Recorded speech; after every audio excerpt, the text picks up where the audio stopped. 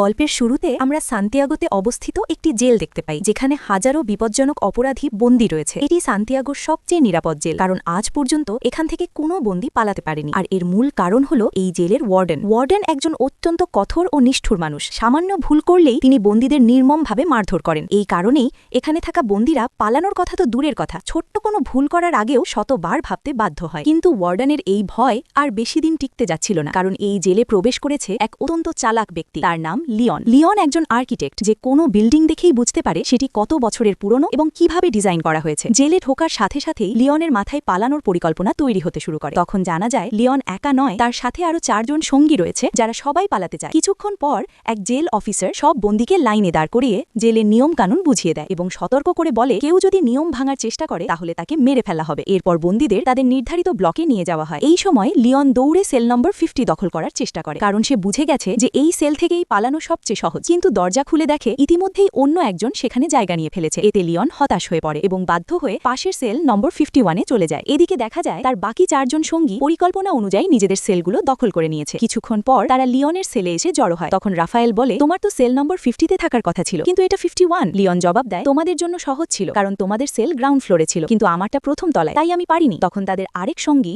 German জিজ্ঞাসা করে, এখন আমরা কি করব? রাফায়েল বলে, আগামীকাল থেকেই আমরা পালানোর পরিকল্পনা শুরু করব। কিছুক্ষণ পর একজন বন্দী গিটার নিয়ে আসে, সেও লিওনের দলের সদস্য। এই জেলে বন্দীদের সময় কাটানোর জন্য তাদের দক্ষতা অনুযায়ী কাজ করার অনুমতি দেওয়া হয়, যেমন গিটার বাজানো, রান্না করা বা আসবাবপত্র তৈরি করা। পরের দিন লিওন পুরো জেলটা গভীরভাবে পর্যবেক্ষণ করতে শুরু করে। চারদিকে গার্ডদের নজর দেখে সে বুঝতে পারে দেয়াল টপকে পালানো প্রায় অসম্ভব। তখন সে বিকল্প পরিকল্পনা শুরু করে এবং হাঁটার মাধ্যমে জেলের দৈর্ঘ্য মাপতে থাকে। মাপ নেবার পর সে তার সঙ্গীদের কাছে ফিরে এসে বলে, আমাদের যেভাবেই হোক এখান থেকে পালাতে হবে। জার্মান বলে, তুমি পাগল হয়ে গেছো, চারদিকে উঁচু দেওয়াল আর গার্ডরা সবসময় নজর রাখছে, এখান থেকে পালানো অসম্ভব। তখন লিওন বলে, আমি হিসেব করে দেখেছি আমরা জেলের বাইরের রাস্তা থেকে মাত্র 90 মিটার দূরে আছি, তাই দেওয়াল টপকে নয়, আমরা মাটির নিচ দিয়ে একটি সুড়ঙ্গ তৈরি করব যা বাইরে পর্যন্ত যাবে। জেলের বাইরে জঙ্গল রয়েছে, একবার বের হয়ে গেলে গার্ডরা আমাদের খুঁজে পাবে না। কিন্তু তখন তাদের সামনে সবচেয়ে বড় প্রশ্ন দাঁড়ায়, এত বড় একটি সুড়ঙ্গ খুঁড়ে যে মাটি বেরোবে সেটা তারা কোথায় ফেলবে? এই প্রশ্নই তাদের সবাইকে চিন্তায় ফেলে দেয়।